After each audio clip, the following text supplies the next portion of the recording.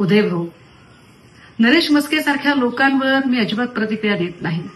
आपण कुठेही जाणार नाही, उलट आपणच शिवसेना युबीटीचे 10 आमदार आणणार आहोत ओढून. यासाठी आपण कसं ऑपरेशन टायगर राबवलंय वगैरे blah blah blah blah blah. उदय सामंतजी यांच्या उपमुख्यमंत्री पदाच्या महत्वाकांक्षा जशाही उघड झाल्या तशी सामंत साहेबांची अचानक भंभेरी उडाली आणि मग आपल्या महत्वाकांक्षा किंवा आपल्या मनातला चोर पकडला गेलाय, अशा वेळेला आपण उघडे पडू नये यासाठी करायचं काय.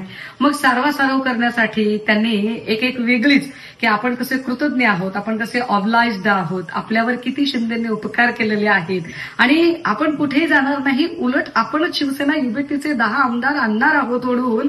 यासाठी आपण कसं ऑपरेशन टायगर राबवलंय वगैरे blah blah blah blah blah. एक छान कथा सुरू केली.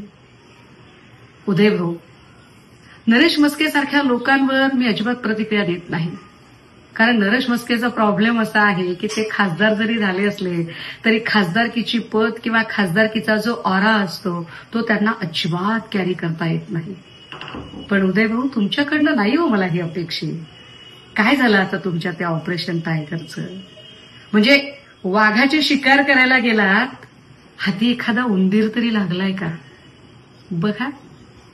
म्हणजे उंदीर जरी लागला तरी पुरेसंच आहे म्हणा, नाहीतरी नरेश म्हस्केजींसारख्या आहेतच की तुमच्याकडे, सोबतीला एखादा असलं पाहिजे एवढंच.